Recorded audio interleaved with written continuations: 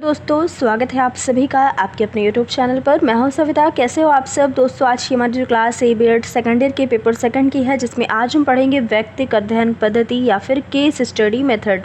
तो दोस्तों जानेंगे कि इसका अर्थ क्या है, इसकी परिभाषा, इसकी विशेषताएं, प्रकार और प्रक्रिया। तो आप कह सकते हो कि बहुत ही डिटेल से इस टॉपिक पर आज इस क्लास में हम चर्चा करेंगे। तो आप क्लास में अंत तक बने रहिएगा और अगर अब तक चैनल को सब्सक्राइब नहीं किया है तो ज़रूर कर लीजिएगा। तो चलिए क्लास को स्टार्ट करते हैं ज़्यादा देर न करते हुए।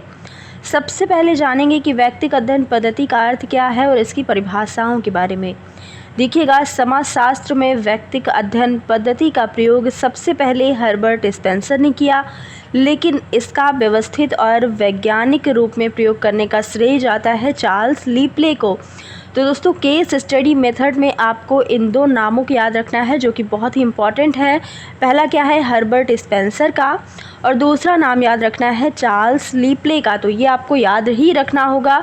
अगर कोई आपसे पूछे कि ये पद्धति कैसी है, तो दोस्तों ये पद्धति है गुणात्मक, जिसमें हम किसी व्यक्ति, संस्था या समुदाय के बारे में पूर्ण और गहन जानकारी प्राप्त करते हैं। आप कह सकते हो कि कोई ऐसा व्यक्ति है या फिर कोई संस्था है जिसके बारे में हमें जानना है, तो हम उसके बारे में गहन जानकारी या पूरी तरीके से उसके बारे में जानकारी प्राप्त करेंगे। अब हम चाहे कोई भी स्रोत अपना करके उसके बारे में जानकारी प्राप्त करें, चाहे उसका फ्रेंड सर्कल देखें कि वो कैसी किताबें पढ़ना पसंद करता है, कैसे दोस्तों के साथ रहना पसंद करता है, या फिर वो कैसी मूवीज़ देखना पसंद करता है और मतलब किन चीज़ों के साथ ज़्यादा रहना पसंद करता है। तो ये सारी चीज़ें हम देखेंगे तभी हम एक व्यक्ति के बारे में अच्छे से बता सकते हैं। या फिर मान लीजिए कोई समुदाय है, तो समुदाय के कुछ व्यक्तियों को अगर हम देख लेते हैं, अच्छे से उनके बारे में जान लेते हैं, तो हमें ये पता चल जाता है कि ये समुदाय कैसा होगा। तो दोस्तों यही क्या है,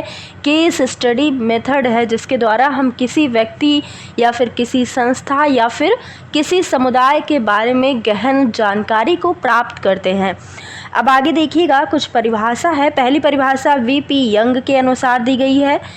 व्यक्तिक अध्ययन पद्धति किसी एक सामाजिक इकाई, चाहे वह एक व्यक्ति, एक परिवार या एक संस्था या फिर एक सांस्कृतिक समूह अथवा संपूर्ण समुदाय ही क्यों ना हो, इसी के जीवन की खोज तथा विश्लेषण की पद्धति है। अगली परिभाषा ओडम और जोचर के अनुसार है कि व्यक्तिक अध्ययन एक ऐसी प्रविधि है जिसके द्वारा प्रत्येक व्यक्तिगत कारक, चाहे वह संस्था हो अथवा एक व्यक्ति या फिर एक समूह के जीवन की पूरी घटना ही क्यों ना हो, इस सभी का विश्लेषण उस समूह की किसी भी अन्य इकाई के संदर्भ में किया जाता है। अगली परिभाषा बीसेंज एवं बीसेंज के अनुसार है कि व्यक्तिक अध्ययन पद्धति गुणात्मक विश्लेषण का एक रूप है, जिसमें एक व्यक्ति, एक परिस्थिति या एक संस्था का सावधानीपूर्वक तथा पूर्ण विश्लेषण किया जाता है। अगली परिभाषा ग्रेडिंग्स के अनुसार है, अध्ययन किया जाने वाला व्यक्तिक विषय केवल एक व्यक्ति अथवा उसके जीवन की एक घटना अथवा विचार पूर्ण दृष्टि से एक राष्ट्र या इतिहास का एक युग भी हो सकता है। तो दोस्तों इन चार परिभाषा को हमने देखा है, जो कि आपको बहुत अच्छे से याद रखना है। आगे देखिएगा, व्यक्तिक अध्ययन पद्धति की कुछ आधारभूत मान्यताएं हैं, यानी कि बेसिक अजम्पशन को देखेंगे। तो पहला अजम्पशन है कि मानवता व्यवहार की समानता। तो दोस्तों व्यक्तिक अध्ययन पद्धति का प्रमुख मान्यता यह है कि मानव व्यवहार में मौलिक एकता पाई जाती है। समान परिस्थिति में सभी मनुष्यों के व्यवहार में समानता पाई जाती है, क्योंकि उनकी मूल प्रकृति, प्रेरक और प्रवृत्तियों में भी समानता पाई जाती है। तो ये एक अजम्पशन हो गया। दूसरा है समय तत्व का प्रभाव पड़ना। तो मानवीय व्यवहार एवं किसी घटना पर समय तत्व का भी प्रभाव पड़ता है। आज घटने वाली प्रत्येक घटना भूतकाल की अनेक घटनाओं एवं प्रभाव का ही प्रतिफल है। अतः किसी भी घटना को समझने के लिए उसका भूतकाल जानना आवश्यक है। आप कह सकते हैं कि किसी व्यक्ति का आप जो सामने से रूप देख रहे हैं, उसका जो स्वभाव आप सामने से देख रहे हैं, ज़रूरी नहीं है कि वह व्यक्ति वैसा ही हो या फिर कोई समुदाय वैसा ही हो जो आपको दिख रहा है। अगर आपको डिटेल से जानना है उसके बारे में, तो आपको उसके पास्ट में जाकर ज़रूर देखना पड़ेगा कि वह व्यक्ति कैसा था पहले, कैसे वे चीज़ें थी उसकी, या फिर वो कैसा उसका बिहेवियर था। तो ये चीज़ें जानने के लिए हमें उसके पास्ट में जाना ही पड़ेगा। तो इस अध्ययन पद्धति में घटना को कालक्रम में कार्य कारण संबंधों के आधार पर देखा जाता है। अगला है सामाजिक घटनाओं की जटिलता। तो सामाजिक घटनाओं की जटिलता के कारण उन्हें आसानी से समझा नहीं जा सकता। मानव व्यवहार जो है ये अमूर्त होता है, हमें सामने से जो व्यवहार वो कर रहा है वो दिखता नहीं है। ज़रूरी नहीं है कि वो जैसा व्यवहार कर रहा हो वह व्यक्ति वैसा ही हो, जिसके कारण हमें यह ज्ञात करना कठिन हो जाता है। मानव व्यवहार की जटिलता का अध्ययन जो है वो इसी विधि यानी कि केस स्टडी मेथड के द्वारा ही है। अगला है संपूर्ण अध्ययन, जिसे हम होल स्टडी कहेंगे। तो व्यक्तिगत अध्ययन पद्धति में सभी पक्षों का अध्ययन किया जाता है, ना कि किसी एक पक्ष का। जाहिर सी बात है कि हम व्यक्ति को अगर पूरी तरीके से जानना चाह रहे हैं, डिटेल से उसे हम पढ़ना चाह रहे हैं, तो उसके बारे में उसके सभी पक्षों का अध्ययन करेंगे। उसके शारीरिक पक्ष, मानसिक पक्ष, उसका भौतिक पक्ष कैसा है, सभी चीज़ों के ऊपर हम उसके बारे में जानने का प्रयास करेंगे, तभी हम उस व्यक्ति के बारे में अच्छे से जान सकते हैं। तो यही मतलब है कि उसके बारे में हमें संपूर्ण अध्ययन करना होगा। इसमें लेकिन क्या होता है कि समय अधिक लगता है। जाहिर सी बात है कि किसी के बारे में हम डिटेल से जानने का प्रयास करेंगे तो हमें समय ज़्यादा लगेगा, लेकिन जीवन की संपूर्णता में ही वास्तविक अध्ययन संभव है। अगला है परिस्थितियों की पुनरावृत्ति। तो मानव व्यवहार पर परिस्थितियों का प्रभाव पड़ता है। मनुष्य एक ही परिस्थिति में किस प्रकार का व्यवहार करता है, यह एक इकाई के संपूर्ण अध्ययन के द्वारा ज्ञात किया जा सकता है। तो ये सारे अजम्पशन थे जो आपको याद रखना है। आगे देखेंगे अब व्यक्तिगत अध्ययन पद्धति की कुछ विशेषताओं के बारे में। देखिएगा, पहली विशेषता है अध्ययन की एक विशिष्ट इकाई। तो इसके अंतर्गत एक या कुछ विशिष्ट इकाइयों का अध्ययन किया जाता है, जैसे व्यक्ति, परिवार, जाति, संस्था अथवा संपूर्ण समुदाय। तो इसकी इकाई, संबंध तथा प्रक्रिया भी हो सकती है। जैसे इस संबंध में ग्रेडिंग्स ने लिखा है कि यह इकाई जीवन की एक प्रघटना या एक ऐतिहासिक युग भी हो सकता है, और वह इकाई जो है वो जितनी छोटी होगी उतना ही गहन अध्ययन हम उसका कर सकेंगे।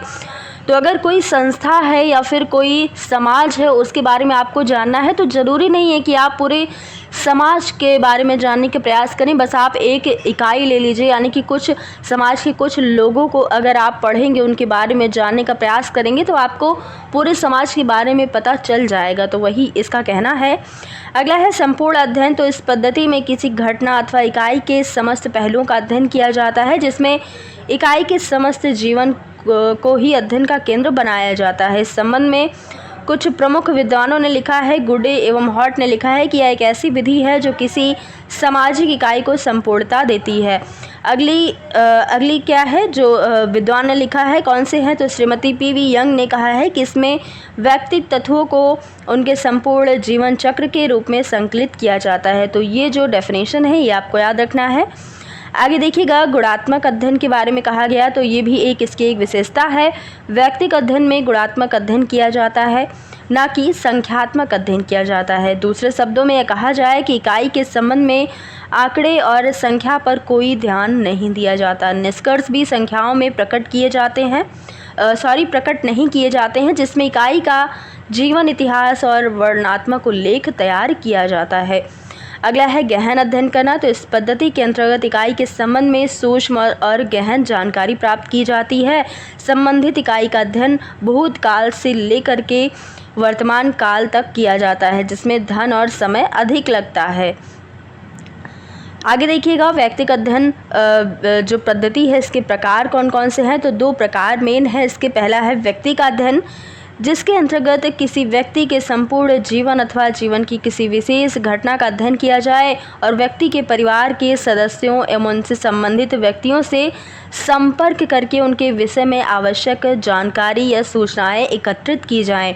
इस विधि में व्यक्ति के परिवार में उसके सदस्यों जैसे पास पड़ोस, मित्र मंडली, पत्र, डायरी, आत्मकथा, लेख, संस्मरण एवं जीवन इतिहास आदि स्रोतों से हम जानकारी प्राप्त कर सकते हैं। अगर किसी व्यक्ति का अध्ययन कर रहे हैं तो उसके लिए यह ज़रूरी है कि उसका आस पड़ोस देखें, उसकी पत्र डायरी कैसी है, वह कैसी फिल्में देखना पसंद करता है और उसका जीवन इतिहास कैसा है, उसके परिवार वाले कैसे हैं। तो इन सभी से पूछताछ करके भी हम किसी व्यक्ति के बारे में अच्छे से जान सकते हैं। अगला प्रकार क्या है, समुदाय का व्यक्तिगत अध्ययन। तो इसके अंतर्गत किसी समूह, संस्था, जाति अथवा समुदाय का अध्ययन किया जाता है। तो ये दोनों इसके प्रकार थे। आगे देखिएगा व्यक्तिक अध्ययन पद्धति की प्रक्रिया या प्रणाली के बारे में। तो पहली प्रणाली क्या है? समस्या का विवरण। व्यक्तिक अध्ययन प्रक्रिया के अंतर्गत सर्वप्रथम उस समस्या को स्पष्ट या व्याख्या की जाती है जिसके बारे में सूचना हमें एकत्र करनी है। तत्पश्चात क्या होता है कि इसके संबंध में भूत एवं वर्तमान काल की समस्त सूचनाओं को शामिल किया जाता है या पूर्व में ही निर्धारण कर लिया जाता है कि समस्या के किस पक्ष की व्याख्या करनी है। तो यहाँ पर कुछ बातों को हमें ध्यान में रखना है कि किन व्यक्तिगत विषयों पर अध्ययन किया जाएगा, ये बातें हमें पहले से क्लियर रखना है। इकाइयों के प्रकार और संख्या का निर्धारण कैसे किया जाएगा या समस्या के किन किन पक्षों का हमें अध्ययन करना है, तो इन कुछ बातों का ध्यान रखना है। अगला है घटनाओं का क्रम। तो समस्याओं की व्याख्या कर लेने के बाद यह आवश्यक है कि उससे संबंधित घटनाओं को व्यवस्थित क्रम में रखा जाए। तत्पश्चात इस बात की जानकारी हासिल की जा सकती है कि किस समय समस्या के रूप में क्या क्या परिवर्तन हुए हैं। घटनाओं के उच्चावचन के द्वारा या फिर आप कह सकते हैं उच्चारण के द्वारा भविष्य में होने वाले परिवर्तनों को हम समझ सकते हैं। आगे देखिएगा निर्धारक कारक। तो इसके अंतर्गत किसी घटना के लिए उत्तरदायी कारकों का भी निर्धारण किया जाता है। ये दो प्रकार के होते हैं। पहला है प्रमुख कारक। किसी घटना के घटित होने के लिए मूल रूप से उत्तरदायी कारक प्रमुख कारक कहलाते हैं। और दूसरा है सहायक कारक। सहायक कारक क्या है? ये प्रमुख कारकों के सहायक कारक होते हैं। तो ये दो कारक किसके हैं आपको याद रखना है। अगला है विश्लेषण और निष्कर्ष क्या निकलता है। यह व्यक्तिक अध्ययन पद्धति का अंतिम चरण माना जाता है जिसके अंतर्गत तथ्यों और सूचनाओं के आधार पर घटना का विश्लेषण किया जाता है तथा निष्कर्ष निकाला जाता है कि हमने किसी व्यक्ति के बारे में जो जानकारियां इकट्ठा की हैं, जो चीज़ें जानी है, उसका निष्कर्ष क्या निकला, हम उसके बारे में जान पाए अच्छे से कि नहीं जान पाए।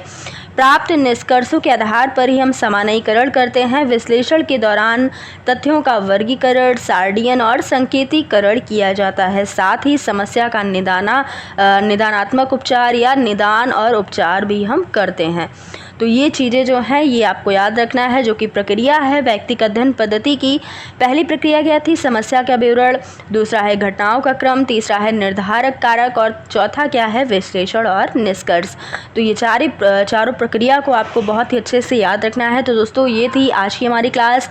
आई होप आपको ये टॉपिक क्लियर हुआ होगा। अगर आपको ये टॉपिक अच्छा लगा और अगर समझ में आए तो दोस्तों आप वीडियो को ज़्यादा से ज़्यादा शेयर कर दीजिएगा, वीडियो को लाइक कर दीजिएगा और अगर चैनल पर पहली बार हैं तो चैनल को सब्सक्राइब कर दीजिएगा। फिर मिलेंगे अगली क्लास में कुछ नए टॉपिक के साथ। तब तक के लिए आप सब पढ़ाई करते रहिए। धन्यवाद।